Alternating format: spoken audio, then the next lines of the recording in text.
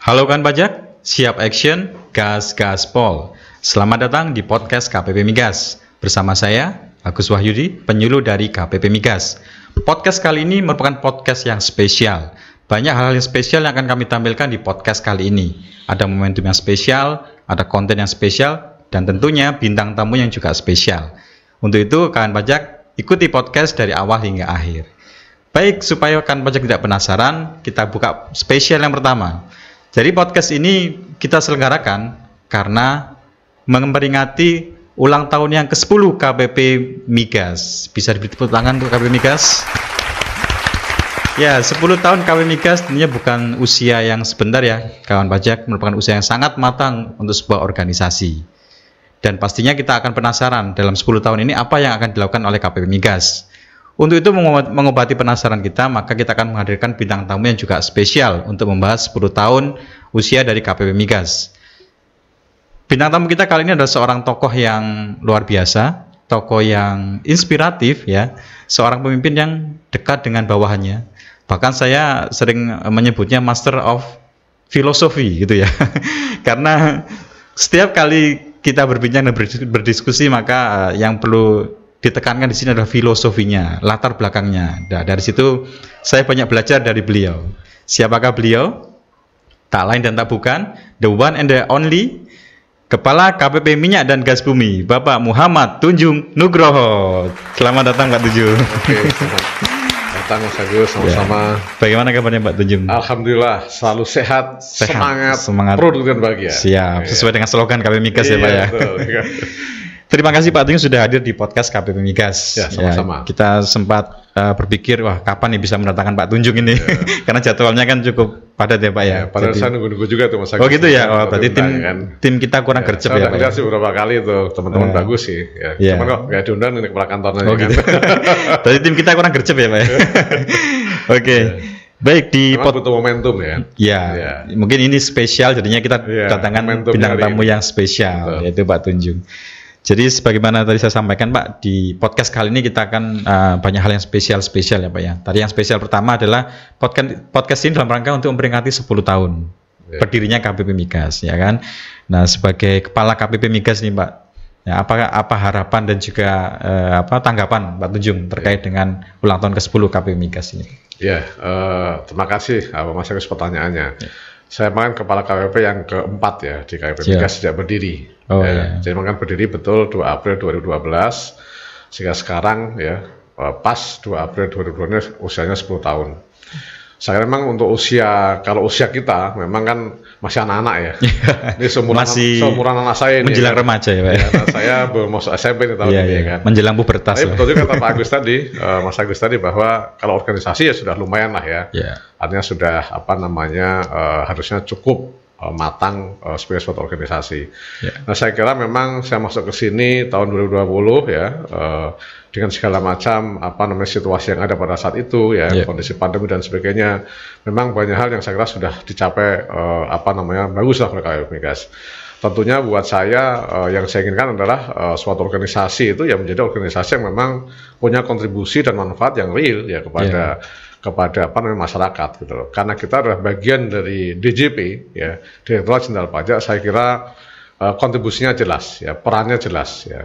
Sehingga saya berharap KPP Migas semakin tua usianya ya, semakin bertambah usianya, harusnya juga terus memberikan kontribusi yang semakin tinggi, semakin besar untuk semakin matang lah ya Pak ya. Semakin matang, kontribusi semakin baik ya kan, dan semakin bermanfaat lah untuk semuanya. Dan itu saya kira bisa kita buktikan sih ya. Ya buktinya apa? Tiap tahun targetnya naik terus. Ini menunjukkan kepercayaan ya Pak ya, kepercayaan kepada KPP Migas ya Pak. Artinya berarti kontribusi semakin meningkat terus kan kepada negara kita, kepada APBN. Jadi saya kira kan memang tugas kita semua bagaimana mewujudkan ya visi dan misi Direktorat Jenderal Pajak ya. Karena saya yakin kita semua ini ada dan berdiri ya, termasuk KPP Migas, karena bagaimana mengkonkretkan ya apa yang menjadi visi dan misi organisasi, yaitu Direktorat Jenderal Pajak. Nomor satu kontribusi penerimaan sebenarnya. Ya, memang DJP lah goalsnya kan penerimaan penopang APBN kita ya, dalam rangka pembangunan juga gitu ya. Dan juga memang mendorong pertumbuhan ekonomi juga. Karena sesungguhnya pajak ini kan relasinya dengan penerimaan juga dengan perekonomian. Ya, sehingga memang bagaimana kita terus berkontribusi semaksimal mungkin ya. Artinya APBN bisa kita amankan dengan kontribusi penerimaan pajak, tetapi kita juga bagaimana mengelola perekonomian tetap bisa tumbuh berkembang ya. Sehingga juga pajaknya semakin tumbuh juga kan gitu ya. Ini saling berkorelasi lah ya Pak ya. Jadi memang pajak kan basisnya ekonomi. Sehingga ekonomi semakin baik, semakin tumbuh berarti pajak akan semakin meningkat dan kontribusi kepada APBN juga akan semakin meningkat. Ini saya kira menjadi cita-cita kita bersama lah gitu ya, terkait dengan peran dan fungsi kita. Itu saya kira bagus ya. Oke. Jadi ini kan 10 tahun ya Pak ya. 10 tahun ini kan usia yang ya bisa dibilang cukup matang lah ya Pak ya. Meskipun organisasi meskipun secara usia sebenarnya masih kalah lah dengan KPP yang sudah berdiri sebelumnya gitu Pak ya. Betul. Dari 10 tahun ini baru gitu ya. Termasuk baru lah. Kontribusi yang selama yang dirasakan Pak Tunjung dari KPP Migas untuk DJP apa Pak? Ya tadi yang pertama kalau dari sisi penerimaan ya alhamdulillah 2021 kemarin kita berhasil melewatinya dengan gemilang gitu ya. Kalau istilah Pak Karul khusus gemilang ya. Artinya apa? Memang itulah saatnya kita bisa mengukur prestasi baik secara lokal ya KPP, regional Kanwil dan juga secara nasional. Ya. Itu sangat membanggakan ya Pak ya. Membanggakan sekali ya. Karena memang tahun lalu alhamdulillah secara KPP Migas secara penerimaan bahkan 107%. Luar biasa. Artinya apa? Berarti kita memberikan kontribusi kepada penerimaan Kanwil dan nasional 7% ya jadi target ya. Target kita tahun lalu adalah 4,7 triliun ya. Nah kita bisa surplus 7% dari itu. Gitu ya. Artinya apa? Ini kan sumbangan untuk penerimaan nasional gitu ya. Nah itu satu yang pertama. Yang kedua tentunya upaya kita untuk membangun atau mendorong governance sebenarnya. Good governance menurut saya. Jadi gini, saya berpikiran bahwa sesungguhnya kantor pajak ini punya peran ganda sebenarnya. Di satu sisi adalah memang kita harus membangun penerimaan yang sustainable ya, terus tumbuh dan sustainable, bukan cuma satu tapi harus sustainable ya, berkelanjutan. Nah, ini tercermin dari capaian-capaian dari sisi penerimaan pajak ya. Yang kedua, kita punya peran bagaimana membangun good corporate governance Mas Agus. Ya, jadi membangun bagaimana tata kelola yang baik untuk para pelaku usaha. Ya, kenapa? Karena interaksi perpajakan ini adalah interaksi dalam konteks bagaimana memastikan bisnis itu berjalan dengan fair, berjalan dengan objektif, berjalan dengan tata kelola yang baik ini. Ya, kenapa? Karena saya yakin itu semakin baik tata kelola industri, tata kelola bisnis, semakin good governance gitu ya. Artinya pembukuan semakin baik, semakin akuntabel, ya, semakin transparan gitu ya. Ini pasti akan berkorelasi positif gitu ya dengan kontribusi penerimaan. Nah itu keyakinan saya. Makanya saya bilang kita punya peran ganda gitu ya. Yaitu apa? Satu, bukan cuma sekedar mengejar penerimaan, ya, tapi juga bagaimana membangun good corporate governance. Nah ini pun sebenarnya akan mendorong ekonomi juga sebenarnya. Secara berkelanjutan ya Pak ya. Kenapa? Saya yakin ya, para pelaku usaha itu membutuhkan sesuatu yang fair, betul nggak? Yang objektif, informasi yang simetris, betul nggak? Sehingga apa? Dia bisa berusaha dengan tenang, ya kan? Dengan kepastian hukum yang tinggi juga. Ya, nah ini yang saya kira harus kita ciptakan sebelumnya. Kita sebagai menciptakan iklim berusaha yang baik juga. Nah, kita sebagai kantor pajak itu punya peran itu sebenarnya. Ya. Nah, selama ini yang saya perhatikan tadi kita masih terlalu fokus pada masalah penerimaan saja. Nah, memang ini dua dimensi yang berbeda memang. Dimensi jangka pendek adalah penerimaan.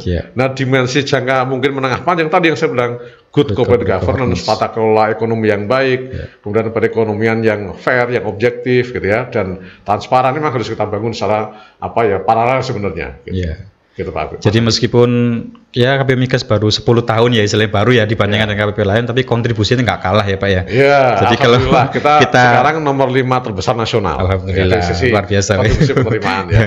Jadi kita bisa mengistilahkan nomor 1 di Kanwil. Nah, untuk tahun ini ya Pak ya. Nomor 1 ya. Jadi bisa kita istilahkan bahwa KPP Migas yang muda ini bisa menghasilkan karya gitu ya. Ya alhamdulillah. Atau kita sebut yang muda yang berkarya gitu ya. Mirip-mirip judul film kayak zaman Pak Tunjung muda gitu. Yang muda yang berkarya gitu ya. Oke, di 10 tahun ini Pak, Ya ini kan sebuah momentum ya Pak ya, yang jatuh pada tanggal 2 April nanti ya, untuk KPP Migas ini. Apakah 10 tahun ulang tahun KPP Migas ini akan ya biasa-biasa saja seperti tahun-tahun sebelumnya, atau adakah inovasi dari KPP Migas dalam rangka untuk menciptakan momentum di 10 tahun KPP Migas ini Pak? Ya saya kira begini Mas Agus, di dalam benak saya sebagai seorang istilahnya ya, anggaplah sebagai kepala KPP begitu ya. Siap. Saya yakin semua kepala KPP itu punya keinginan melakukan perubahan, ya, melakukan inovasi, ya, melakukan perbaikan, melakukan improvement. Ini saya kira memang harus terus kita lakukan, ya. Jadi continuing improvement ini sesuatu nilai value yang harus terus kita jalankan dan kita wujudkan, gitu ya.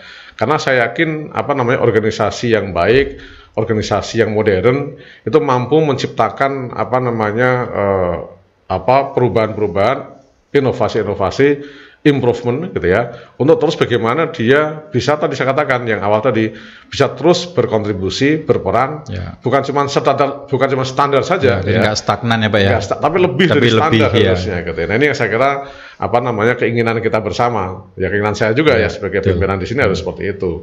Nah sehingga saya terus berusaha bagaimana melakukan inovasi-inovasi ya, terus juga istilahnya membangun bagaimana teamwork yang baik gitu ya di KPP ini, karena sekali lagi organisasi kan tergantung pada SDM-nya. Betul. Ya kan? Jadi saya mengatakan begini, organisasi itu kan benda mati sesungguhnya, ya. Jadi bagaimana organisasi yang benda mati itu menjadi hidup. Nah, ini tergantung pada SDM tadi saya bilang. Jadi semakin dinamis SDM dalam organisasi itu, semakin berkembang dia, semakin improve dia, organisasi akan semakin maju, akan semakin berkembang juga. Semakin dinamis lah istilahnya. Akan dinamis juga. Ini tantangan kita sebenarnya. Sehingga saya selalu berpikiran bahwa kalau ingin memajukan organisasi, majukan SDM-nya. Itu sebenarnya. Jadi SDM menjadi kunci kita untuk mendorong organisasi semakin maju dan berkembang. Betul. Itu sebenarnya. Gitu. Karena capaian-capaian organisasi sebenarnya capaian-capaian daripada SDM atau individu dalam organisasi itu. Itu sebenarnya. Jadi SDM ini kan istilahnya benda hidup tadi ya, disampaikan Pak Tunjung ya Pak ya. Jadi bukan robot yang di-setel kemudian jalan sendiri. Betul. Nah tentunya kalau yang dimaksud Pak Tunjung SDM ini harus dikembangkan, pasti ada upaya ya Pak ya, mengembangkan SDM terutama di KPP Migas. Nah upaya-upaya apa saja Pak kira-kira yang dicetuskan oleh Pak Tunjung di momentum 10 tahun ini untuk mengembangkan SDM sebagai penggerak dari organisasi. Jadi gini Mas Agus, saya punya pemikiran begini ya, sesungguhnya atau saya katakan tadi kunci organisasi adalah kemampuan, kemudian kemampuan dan kompetensi ya, dan juga bagaimana militansi serta motivasi SDM-nya. Betul. Nah gitu ya. Nah sehingga apa? Kita harus bangun dua hal ini. Ya, jadi bukan cuma sekedar kompetensi, kemampuan teknis, tapi juga motivasi dan militansi. Gitu ya. Nah ini dua hal yang saya kira harus secara paralel untuk dimiliki oleh SDM dalam suatu organisasi. Kalau kita ingin organisasi dinamis tadi. Ya. Nah terlebih lagi ini KPP Migas, ini termasuk KPP yang paling khusus di kanwil khusus sebenarnya. Yang khusus dari yang khusus gitu ya. Kenapa saya bilang demikian? Dia memang membutuhkan SDM yang punya kompetensi khusus untuk mengelola hulu migas ini. Ya. Karena cara bekerjanya atau yang harus dipahami, dikuasai bukan cuma ilmu perpajakan saja. Ya, bukan cuma ilmu PPH saja, PPN saja, KUP, dan sebagainya, nggak selalu seperti itu ya Pak. Tapi juga harus melihat bagaimana industri migasnya dikelola. Ya, kenapa? Di sini ada regulator khusus mengenai migas ini, ada SAK Migas, ya kan? Betul. Ada sistem kontrak kerjasama di sini, ya. Ada hukum kontrak, ya. Ada lex spesialis yang berlaku juga. Nah, sehingga apa? Secara kompetensi saja, teman-teman yang bekerja di KPP Migas harus punya kompetensi lebih, gitu ya, dibanding dengan bekerja di KPP lain, ya. Ansih itu di kanwil khusus atau di LTO ya, gitu. Karena kalau di KPP selain KPP Migas ini, ilmunya sama sebenarnya. Cenderungnya sama ilmu perpajakan, ya. Jadi ilmu perpajakan plus ilmu industri lah, gitu ya. Nah kalau di kita bukan cuma itu. Ya, ilmu pajakannya pasti itu, ya, PPH, PPN, KUP, tapi ilmu kontraknya juga ada, hukum kontraknya juga ada. Karena kontrak spesialis lagi di masalah cara menghitung pajaknya juga. Gitu ya. Jadi gimana menghitung pajak, tarifnya, ya kan, perlakuan PPN-nya, perlakuan biaya-biaya itu diatur khusus di sini. Nah, ini kan berarti kompetensi teknis harus kita bangun. Nah, sehingga saya berharap akan saya bangun betul bahwa bagaimana setiap pegawai yang masuk ke sini, ya kan, itu punya pengetahuan yang standar nanti, yang mungkin dia dari manapun asalnya, nanti begitu masuk dia punya kemampuan kompetensi yang standar. Nah ini yang harus saya bangun ya, makanya saya akan mendorong namanya knowledge management di sini ya, untuk kemampuan teknis gitu ya. Ini bagian dari situ sebenarnya ya. Nah yang kedua masalah militansi dan motivasi. Nah ini saya kira memang kemampuan yang saya kira harus kita bangun dan betul-betul melekat pada pribadi masing-masing pegawai ya. Nah memang banyak hal kita lakukan untuk membangun ini. Ini kan memang mengubah karakter orang ya, merubah misalnya watak orang ya. Yang tadinya mungkin kurang termotivasi atau kurang militan, jadi dia punya militansi tinggi, motivasi tinggi. Nah ini penting Mas Agus. Kenapa? Karena militansi motivasi itu menentukan kualitas pekerjaan. Itu banyak pemikiran saya itu. Jadi tidak mungkin orang akan bekerja dengan kualitas tinggi kalau dia tidak punya motivasi dan militansi tinggi. Selain kemampuan teknis tadi yang baik, ya sehingga apa? Ini yang saya kira selama saya hampir 2 tahun di sini ya, tepatnya 1 tahun 7 bulan gitu ya, saya akan coba betul-betul mewujudkan ini, ya, sehingga yang masuk ke sini kompetensi teknisnya baik. Nah yang kedua dia terbangun militansi dan juga motivasinya, sehingga apa? Output dan kualitas pekerjaannya menjadi sangat baik, ya. Outputnya baik, produktivitasnya tinggi, ini yang saya kira memberikan manfaat yang baik untuk organisasi. Itu yang saya kira harus saya bangun dan kita bangun bersama ya gitu. Betul. Tadi yang menarik Pak Tunjung menyinggung tentang knowledge management gitu ya. Itu kan salah satu sarana bagaimana mengupgrade SDM yang ada di KP Migas tentunya ya. Bisa dispesifikan nggak Pak? Knowledge management yang dibangun di KP Migas itu seperti apa? Ya jadi begini, memang saya memulai memang kan selama ini kita sudah punya juga sih sebenarnya tools yang ada di Kementerian Keuangan juga, di DJP juga punya ya, ada platformnya juga sebenarnya. Ya di Kementerian Keuangan ada KLC ya kan, Corporate University, itu kan juga bagian dari knowledge management dibangun oleh Kementerian Keuangan secara Kementerian Keuangan. Kemudian DJP juga punya dia ya, kita juga punya Pusdiklat ya kan, kita juga punya tools untuk melakukan peningkatan kompetensi pegawai dan sebagainya. Nah tadi yang saya katakan tadi, nah saya akan coba membangun lokal konten di sini maksud saya, untuk melengkapi daripada kurikulum yang ada sebenarnya. Karena kekhususan tadi itu Pak ya. Kenapa? Karena knowledge yang sudah dibangun oleh Kementerian Keuangan, oleh DJP, ini belum sepenuhnya bisa memenuhi kebutuhan kita. Belum menyentuh sampai ke. Dan saya yakin pasti karena kebutuhan lokal ya pasti memerlukan juga tuh mungkin pengetahuan khusus yang harus kita bangun kepada pegawai kita. Nah ini saya kira harus kita ciptakan ya, Mas Agus ya, bagaimana saya berpikir membangun suatu sistem, suatu mekanisme ya, tools gitu ya, sehingga nanti setiap pegawai itu punya proses yang sifatnya sistemik gitu ya, bahwa harus melakukan. Kalau ke KP Migas itu harus belajar ini, harus mempelajari ini, harus tahu ini. Nah ini yang harus kita ciptakan, yang akan saya bangun sebenarnya. Gitu. Itulah knowledge management yang mau saya ciptakan. Jadi mungkin melengkapi dari knowledge management yang sudah ada sebenarnya. Gitu mungkin. Jadi pedomannya begitu ada pegawai yang masuk KP Migas, ya udah kita istilahnya kita orientasi lah ya. Ya betul. Untuk melihat knowledge management yang ada di KP Migas gitu ya. Masuk ke sini. Betul. Ya kan? Maksudnya ini bulan apa itu? Bulan April ya Pak. April 2021 kan, ya. Dari mana kan belum pernah sama sekali Migas kan. Nah, itu yang saya kira penting harus kita lakukan. Ya memang saya pribadi Pak merasakan ya pada saat masuk itu saya mesti belajar kemana ya. Saya kira ide Pak Tunjung itu bukan membuat knowledge management ini kan cukup baik ya Pak ya. Sehingga bagi yang baru itu ya nggak perlu nanya ke siapa, langsung aja mengunjungi knowledge management. Migas TV Knowledge Management Center KPP Migas. Belajar Migas di sini.